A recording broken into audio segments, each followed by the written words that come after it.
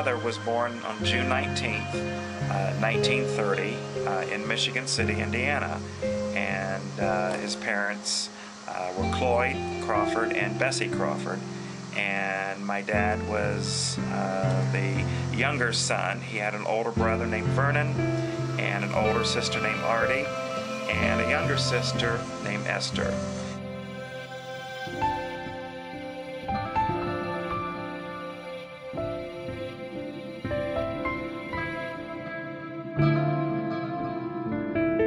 Cloyd was a very jolly man. He had these big jowls, and I remember a lot of laughter in the kitchen. He did most of the cooking, and during the day he worked in like a control tower at the railroad, and it was a very important job. As a matter of fact, there was a plaque in the living room that talked about how he had never missed a day in 55 years.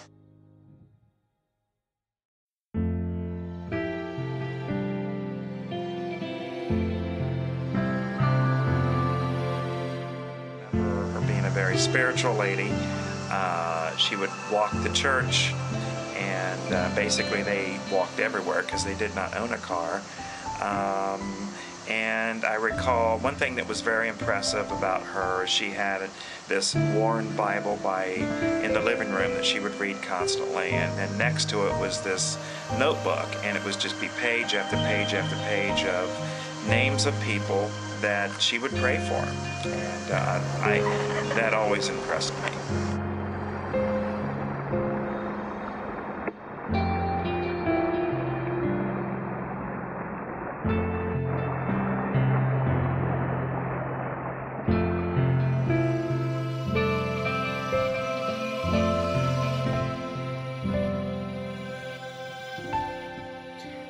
My dad's first job was at a grocery store right across from where he lived, and he was fairly young. I'm not sure exactly how young, but anyway, he started the job without asking how much it would pay, and he mentioned that it was very hard work, and anyway, at the end of the week when he was to be paid, the owner gave him $1, and he was very upset about that, and he came home and complained to his parents, and I believe my grandfather went back over and talked to the owner and made things right.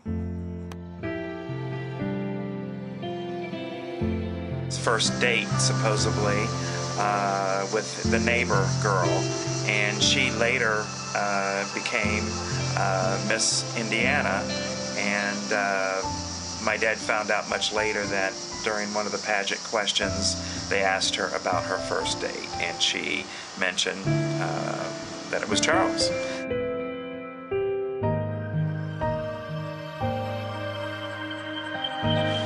sang in the quartet at Spring Arbor University and traveled with the quartet as their bass. He met Mom in the bus. It was kind of a chorus, and they were all like in music group together, and that's where he met Mom, and she thought he was handsome and thought he was very funny, and she was hoping that he would sit next to her one day, and eventually he did.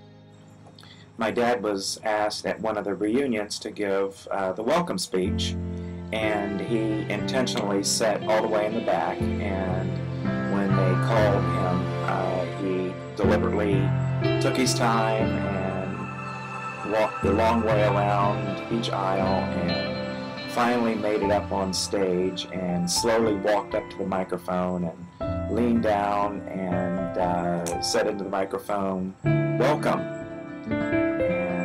Turned around, and he said you could literally hear everyone gasping as he was getting ready to leave the stage. And then everybody broke out in this loud laughter, and of course he came back up on stage and gave a great speech.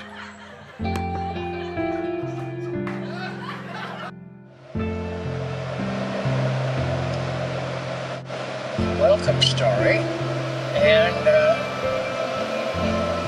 we wait while I come up, and let's see. Reunion, was it, or? Oh, it was Graduation?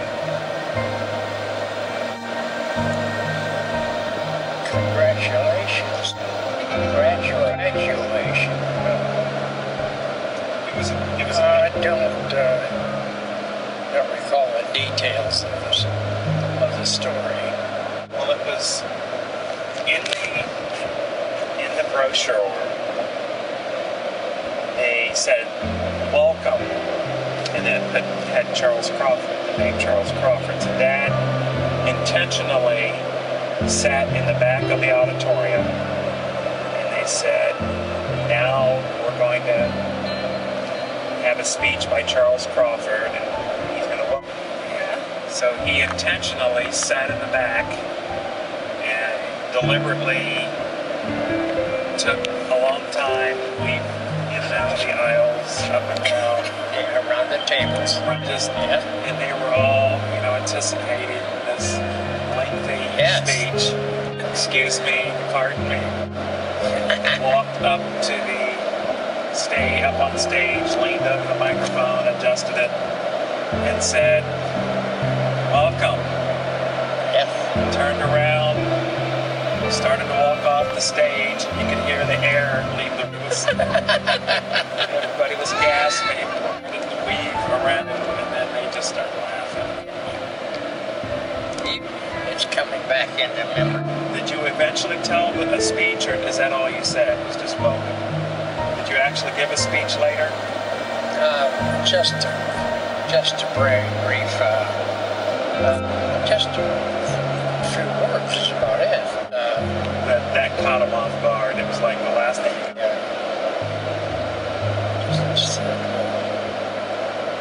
Just acknowledging with a few words, and so there we were.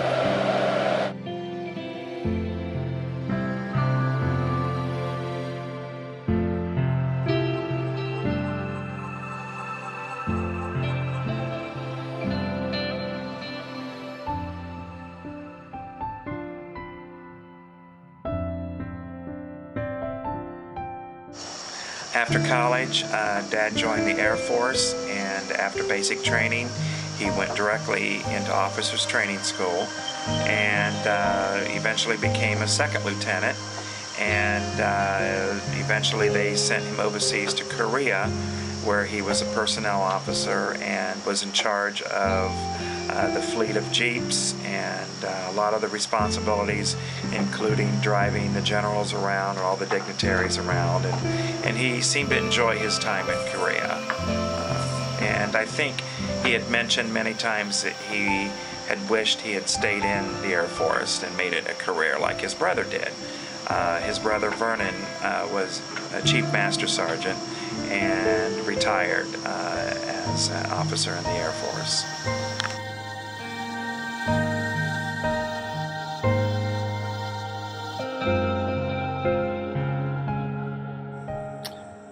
My parents, Charles and Virginia, when they decided to get married, they had a beautiful wedding, and my mother was the youngest of 8, and her father did not want her to get married. He hated to see her leave home.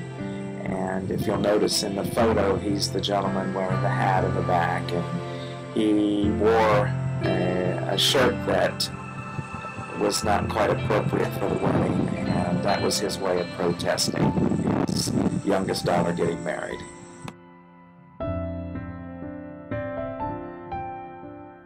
Later on, around 1957, my family purchased a home in the Linden part of Columbus. It was a starter home, and we lived there for 16 years. And my dad typically would work a second job in the evening after teaching school all day.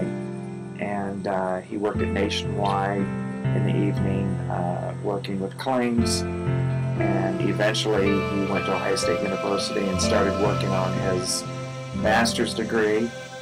My mom was very interested in natural foods. She was president of the Central Ohio Health Food Association. She was president of the PTA, very active as youth director at church. She was an incredible mother. As you can see, she had me dressed very well, and she was a very meticulous hair cutter. And I think the pictures speak for themselves.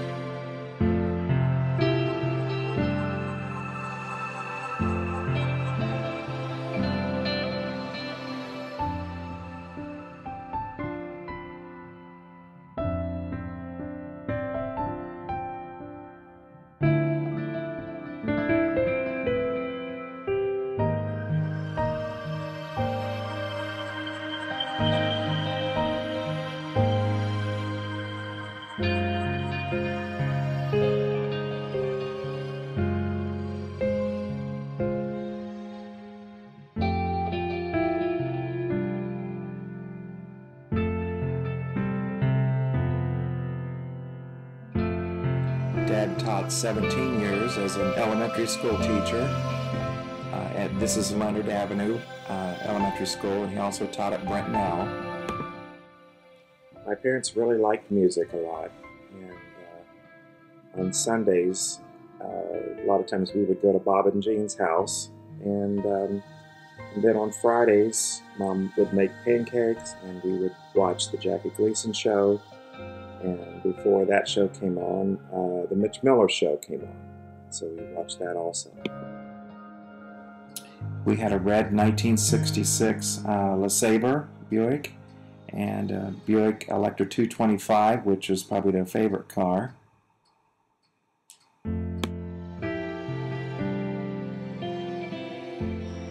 My dad grew up in Michigan City, Indiana, and I used to walk all the way to Lake Michigan, to the beach, and that's where he spent a lot of time. My dad, whenever we would take the trip to Michigan City, Indiana, all the way there, he would be entertaining Mom and I with his funny stories or just making fun of signs, everything from driving by a gas station, it would say clean restrooms, and his remark would be, "Why should I?" And just everything was a joke, with my dad. And there would be a sign that would say "slow children," and he would say, "Oh, that's too bad. That's so sad." Just everything was a joke, and he would talk, and he would make the loud sound with his. So everything he said with the S's would basically be so loud that it would hurt my ears, and I was laughing uncontrollably in the car. Say, Sister Simpson, have you seen our 77 select species of celery seed at the Civic Center on 2nd State Street in Sandusky? Certainly, sir. I always saw these really nice wingtips that my dad always wore, and the smell of Jade East early in the morning, and his favorite meal of all time is a baked potato with butter. My dad liked to hum Beethoven symphonies, especially the 5th Symphony he liked.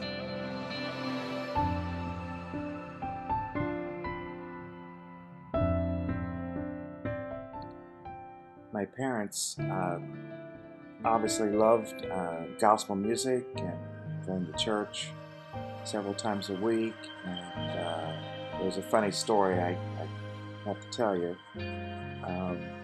when I was a teenager, I guess I was a little mischievous, and one of my friends dared me to crawl under the pews during one of the midweek services and to see how far I could go under the pews during the church service.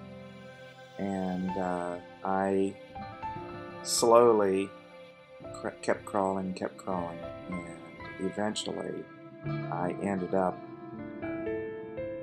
looking, and there was some feet and legs, and I'm trying to figure out how in the world am I going to crawl up and sit up in the pew without anybody noticing. But I actually did. I got the majority of the way to the front without anybody noticing me, and he basically dared, and we laughed about that for a long time.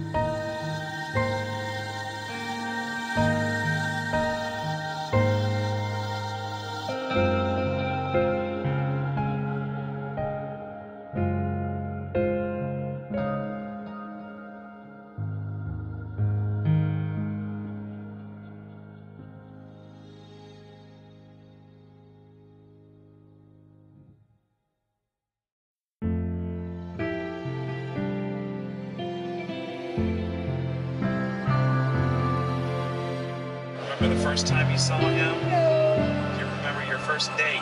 No. You don't remember your first date?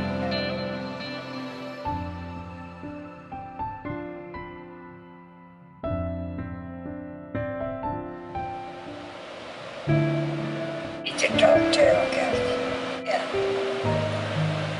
It was funny. I thought it was funny. Remember when you sat in the bus, the choir bus?